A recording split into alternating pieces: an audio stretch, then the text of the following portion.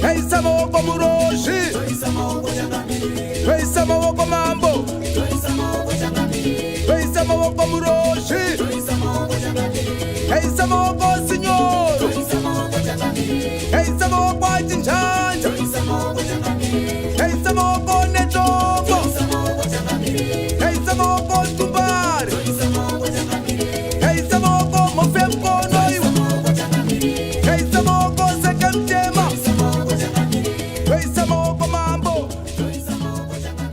hey Samoko Muroshi.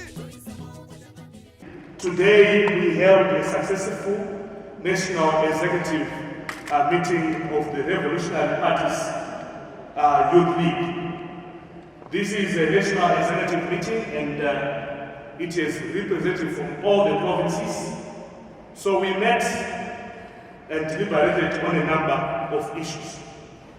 The first and important issue that we discussed on and agreed as a national executive is that His Excellency President Emerson Mnangagwa, who is our first secretary and president of the party, he is our sole candidate for the 2023 elections and beyond.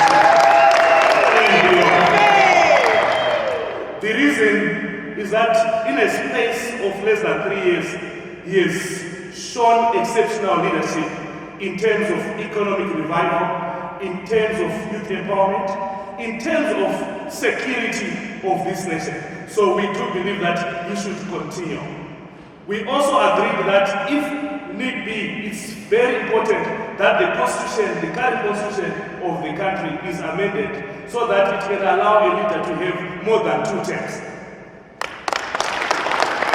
The reason is that we realize that development does not have a term limit. Development requires someone to continuously have more time so that we can still need to have more good things that happen in this republic. We have seen accelerated development in all the facets under the steward and sagacious leadership of His Excellency. That is through the issue of road infrastructure, establishment of innovation hubs, establishment of institutions that empower young people. We are also elated by the fact that he has also set up some viable economic activities for the young people, which include the issue of land, the issue of the HStvZim projects, and also the issue of participation of young people in the political discourse of this nation. For example, Constitutional Amendment number 2 allows 10 youth to be part of the parliament, which is part of a bonus from the 230 posts. We have also realized that within the party, our party ZANU-PF, His Excellency has made it a policy and is endorsed by the Politburo that the youth, members of the Youth League who are above 35, when their term ends, they are going to be automatic members of the Central Council. So we've got our overwhelming support for His Excellency as the Youth League. We really endorse this and we supported this. I also want to mention the fact that we deliberated on a number of issues to do with sanctions and issues to do with empowerment of young people. But at this juncture, members of the media, let me just leave it home so that we also have an addition on other key issues that have been discussed, especially to do with sanctions. Over to you. Thank you very much, Comrade Chirao, for those impressive remarks.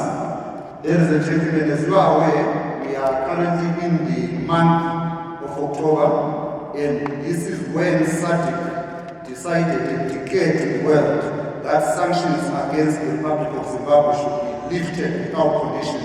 So to give us a brief on the effect of sanctions, a brief background, allow me to call upon Comrade Manyingavana to just give us how these sanctions have affected the growth of the nation and the growth of the youth of Zimbabwe. Comrade.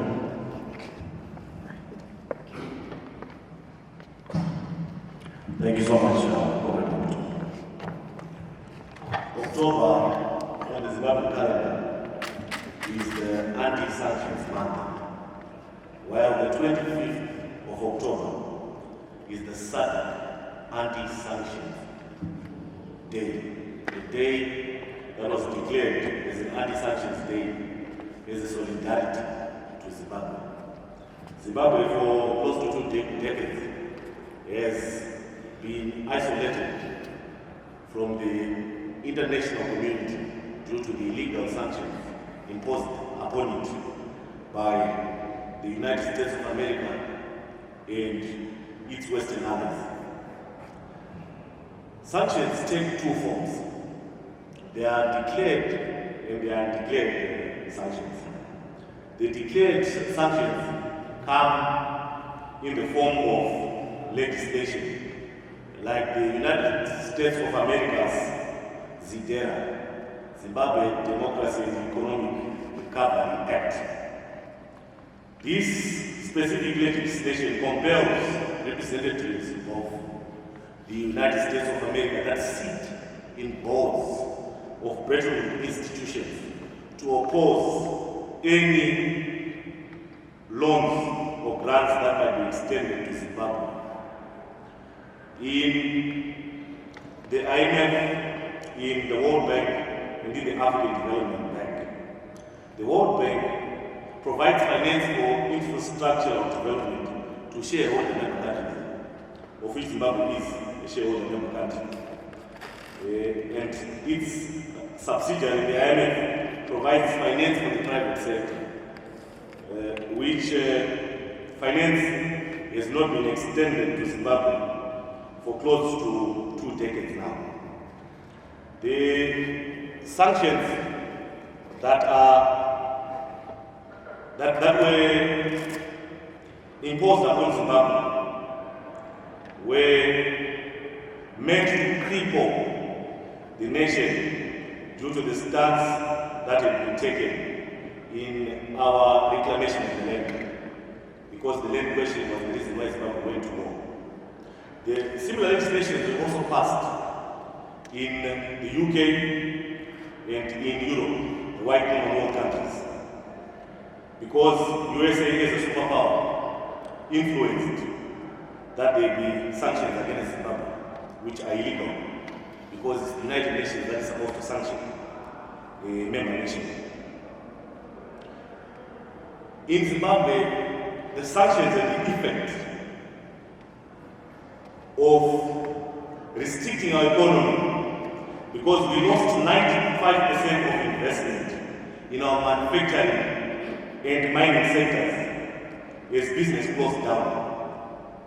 This led to massive disinvestment that then caused unemployment to the extent of about 2.5 million workers losing their jobs. We had a big industry in Zimbabwe in the form of Colgate, Palmolive, Johnson & Johnson, Unilever, Coca-Cola, that had closed shop and leave Zimbabwe because of the sanctions that affected the nation. There were also sanctions that were undeclared. This came in the form of freezing of finances that were meant to go to Zimbabweans and institutions, parastatals, government departments that had their money in foreign offshore accounts. On the anti-sanctions list, there was sanctioning of persons. The youngest person on the list at the time the sanctions were imposed was 9 years old.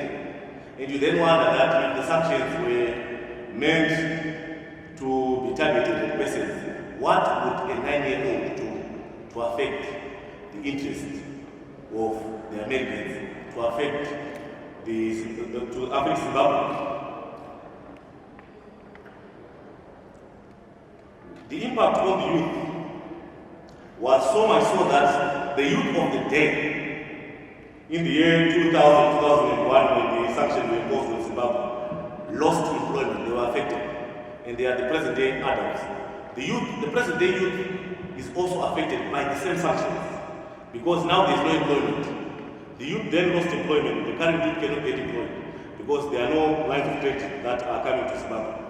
Then in the education sector, the government will then not provide grants for those that were getting educated. The present-day opposition leadership in Zimbabwe benefited from a period of time when Zimbabwe had lines of credit extended to it.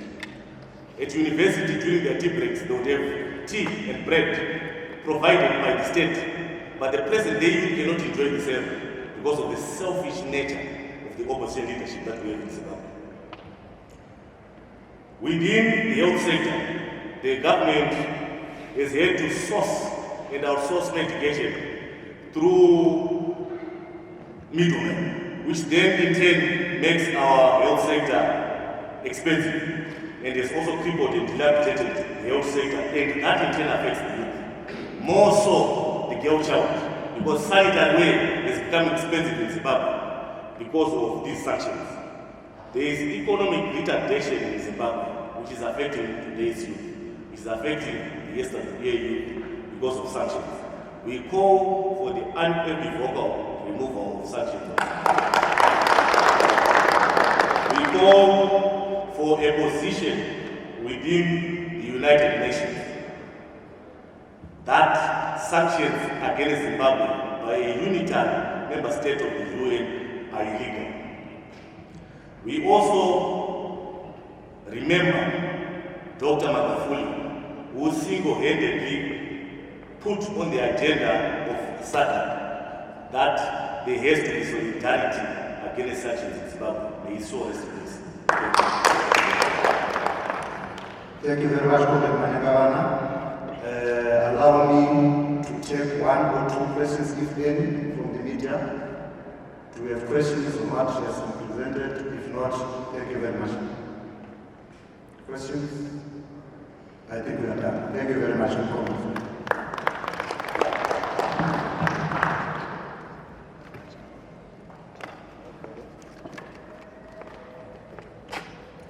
Well, thank you very much, members of the press. We are happy to be that you have come and be part of us.